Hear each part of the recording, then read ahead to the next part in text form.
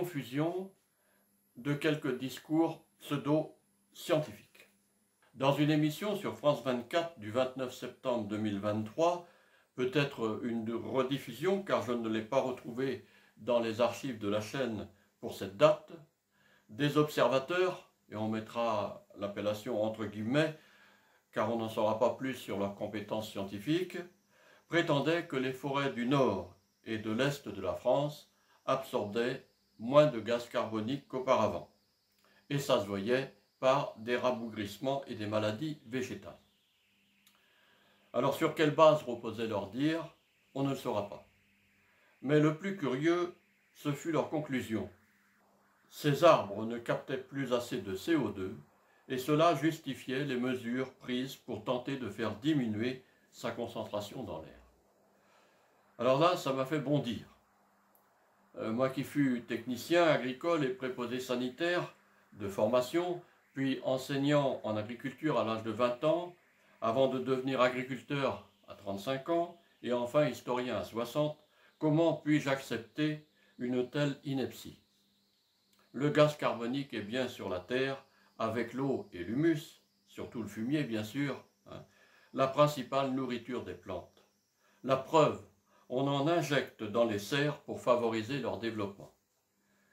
Et si au contraire, les forêts des Ardennes et des Vosges n'étaient malades que du manque de CO2 dans l'air, habituées qu'elles étaient d'en recevoir en quantité, il y a une cinquantaine d'années, à partir des centrales de charbon et des usines sidérurgiques, toutes fermées ou presque, pour des raisons économiques, nous a-t-on dit.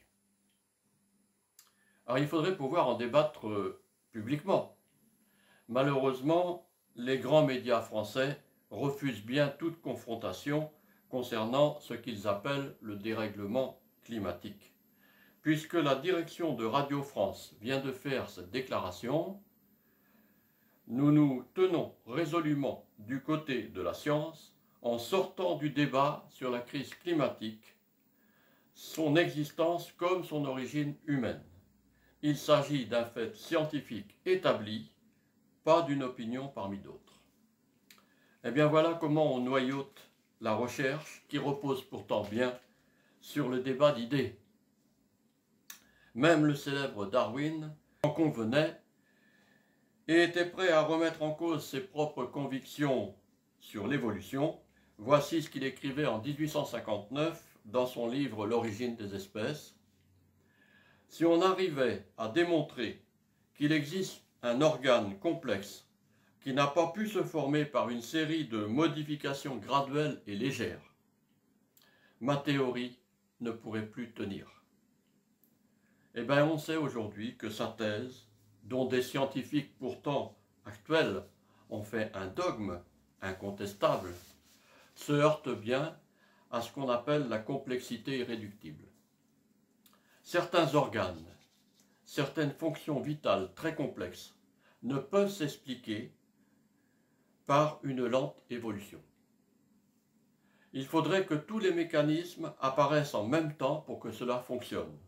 S'il en manquait un seul, le système non seulement ne marcherait pas, mais n'aurait aucun sens, puisque la nature n'aurait pu sélectionner des stades intermédiaires qui ne servaient à rien. Il en est ainsi de l'œil ou de la coagulation du sang. Pourtant, si on faisait un sondage parmi tous les scientifiques du monde, la grande majorité dirait qu'ils croient au darwinisme, écrit le professeur B.E. de l'université de Lehigh aux États-Unis, celui qui a défini le concept de la complexité irréductible. Mais, continue-t-il, les scientifiques, comme tout un chacun, fondent la plupart de leurs opinions sur la parole d'autres personnes. Par ailleurs, et c'est malheureux, les critiques ont trop souvent été écartées par la communauté scientifique qui craignait de donner des arguments aux créationnistes. Paradoxalement donc, c'est avec le prétendu souci de protéger la science qu'on a ignoré la critique scientifique sur la sélection naturelle. Alors moi j'ai été étudiant à l'université de La Réunion. On nous apprenait à rédiger des mémoires, puis une thèse, pour soutenir les conclusions de nos recherches. à partir de sources probantes et entrecoupées. Loin de moi l'idée de remettre en cause ma formation doctorale. Mais je me suis quand même souvent posé cette question, mes sources historiques sont-elles valables?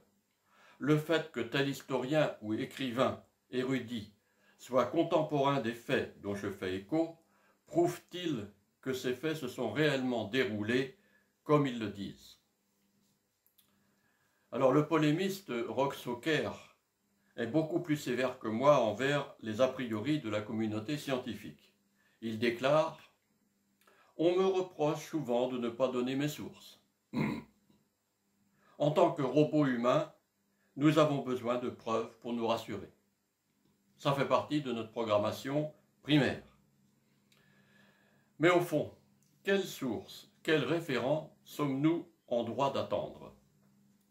Le fait que telle sommité ait dit la même chose par le passé est-il une garantie de crédibilité?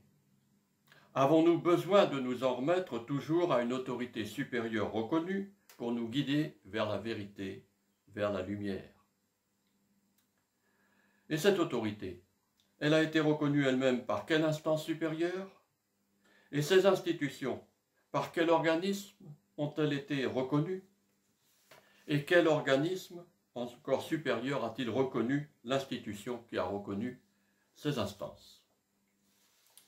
Alors bien entendu, en citant de tels propos, je prends le risque de me voir accusé de complotisme et d'être mis à l'index de ces instances officielles. Eh bien, qu'à cela ne tienne, historien tardif et désormais à la retraite, je n'envisage pas une carrière universitaire. À mon âge, la recherche d'une autre vérité historique vaudra bien quelques quolibets insignifiants. J'y répondrai de la même façon que le faisait Brassens quand on l'accusait de vouloir donner des leçons dans ses chansons. Dans ce monde, disait-il, il n'y a que les exceptions qui soient valables. Le reste, c'est malheureusement du troupeau de moutons qui suit. Et il avait bien raison. Comment veut-on que le commun des mortels, qui généralement ne s'intéresse que de très loin aux recherches des savants, s'interroge si la science elle-même, académique, a du mal à se remettre en question? Quant à ceux qui prétendent expliquer tel ou tel phénomène scientifique, ils l'analysent par des constats immédiats qui n'ont rien à voir avec la science en question. C'est flagrant en matière de climatologie. Beaucoup d'écologistes du dimanche font du présentisme, qui est une tendance à confondre des événements atmosphériques momentanés ou leurs conséquences très localisées, orages, grêles, canicules, inondations, incendies, fonte de glaciers, etc., avec de grands phénomènes climatiques planétaires du passé qui ont porté sur des centaines, des milliers, voire des dizaines de milliers d'années, avec des écarts thermiques très élevés, comme les âges glaciaires ou les optimums climatiques. C'est ce qu'explique parfaitement le journaliste et essayiste Olivier Postel, Vinet, dans son dernier livre « Sapiens et le climat, une histoire bien chahutée ». Dans la nature, il n'existe aucune loi qui s'applique à toute chose, écrit-il. Or, la science d'aujourd'hui est basée sur un système de croyances qui décide que tout peut être calculé. Eh bien, ce qu'il dit est une évidence. Même les sciences dites dures, car reposant sur des axiomes quasi inattaquables, dit-on, mathématiques, physique, chimie, biologie, se sont souvent heurtées et se heurtent encore à des problèmes insolubles par la rationalité. Et n'a-t-il pas fallu, en mathématiques, créer les nombres irrationnels avec la racine de -1 qui, logiquement, ne peut exister? D'ailleurs, les chercheurs distinguent l'intelligence rationnelle de l'intelligence émotionnelle, c'est-à-dire celle de l'intuition qui vient de la conscience. Et la plupart d'entre eux admettent que les plus grandes découvertes scientifiques sont souvent venues de l'intuition d'un chercheur plus que de calculs arithmétiques et de la logique. Mais attention, l'intuition n'est pas l'utopie, elle n'obéit à aucune idéologie, elle n'est pas de l'anticonformisme non plus.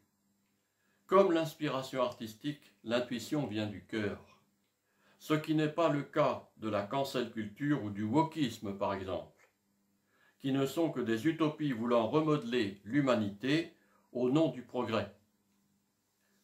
Toutes les idéologies utopiques se sont basées sur l'idée que les êtres humains représentent à la naissance une page blanche qu'il suffit d'écrire avec de nouveaux concepts idéologiques.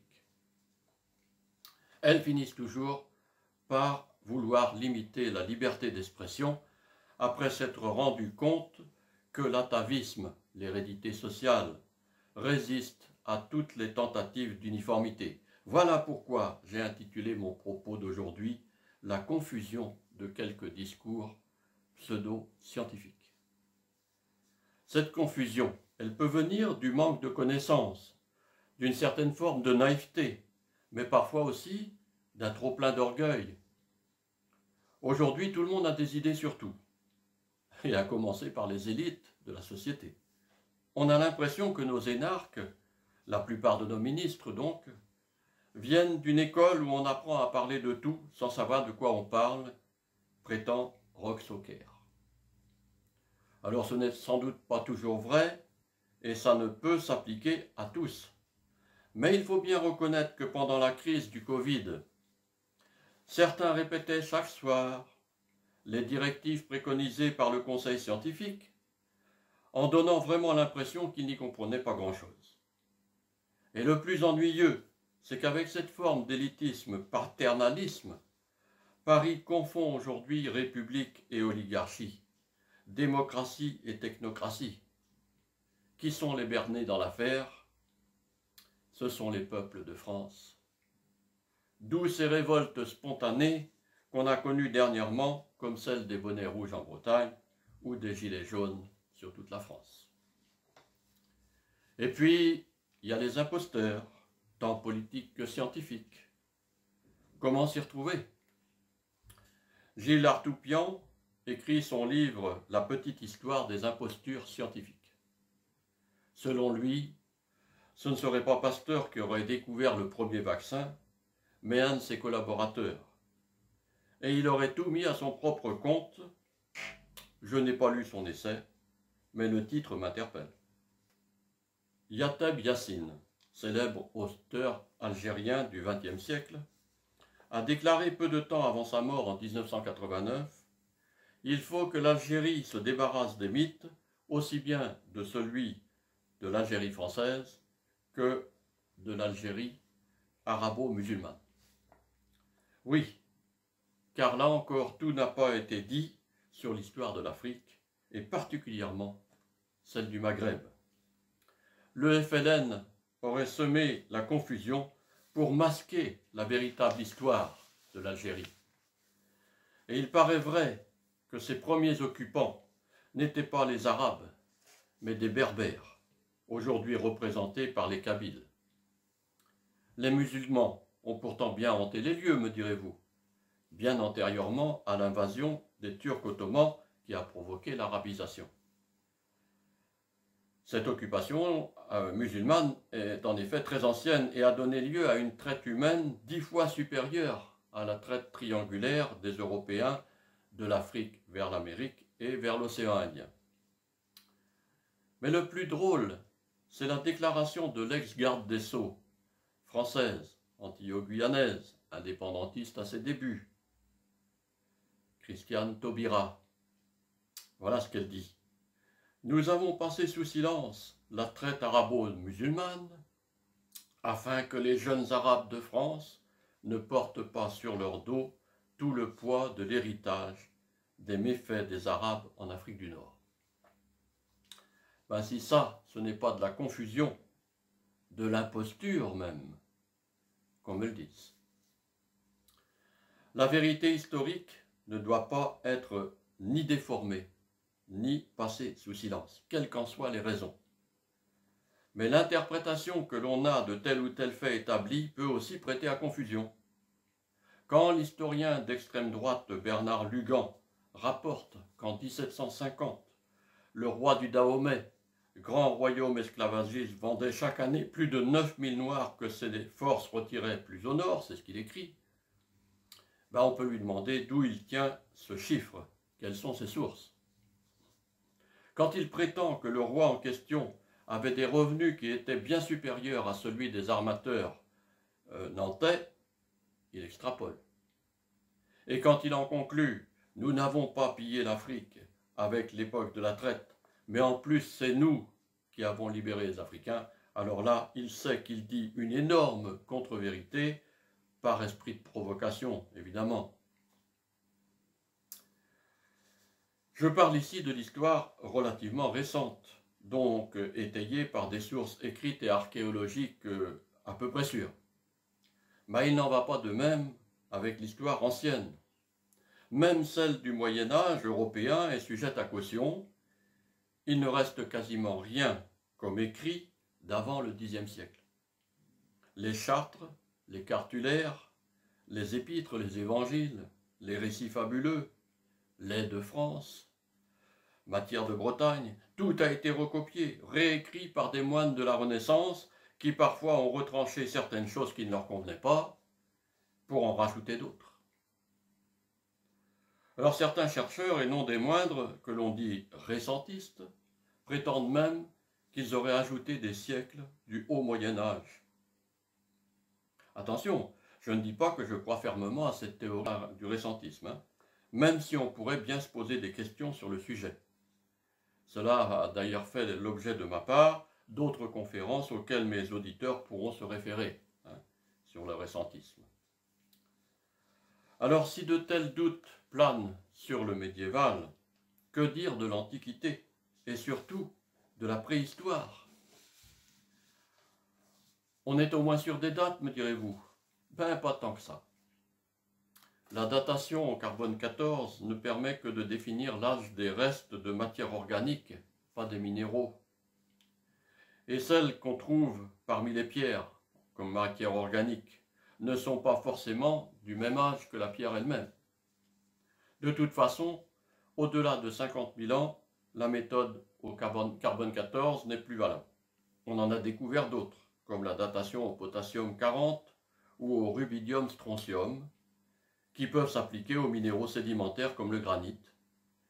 Mais les résultats supposent qu'il n'y ait pas eu d'intrusion de roches magmatiques dans les roches granitiques, ce qui est rare.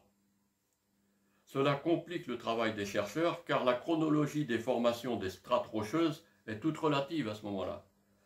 Mais pour dater une pierre ayant servi à la construction d'un édifice, il faut d'abord savoir de quelle carrière elle vient. En conclusion, je dirais que le meilleur des scientifiques est toujours celui qui doute. Les absolus en science ne sont jamais définitifs.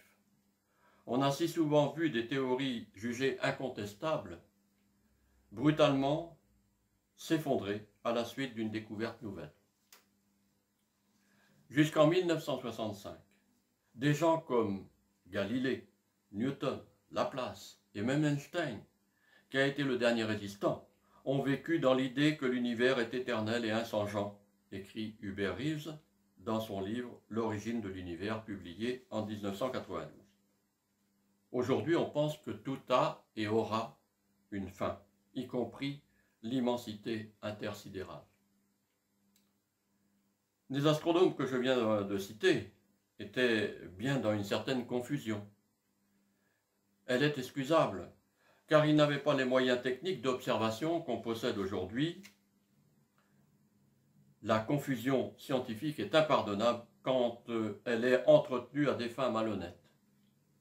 Malheureusement, pour des raisons souvent bassement économiques, parfois même politiques, des hommes de science ne jouent pas le jeu de la vérité, mentent sans vergogne à la télévision et sur Internet, accusent leurs collègues, certains prestigieux, comme le professeur Didier Raoult, de complotisme, de conspirationnisme, Vous vous rendez compte qu'ils ont osé traiter notre plus célèbre prix Nobel de médecine, le professeur Montagnier, de vieillard sénile.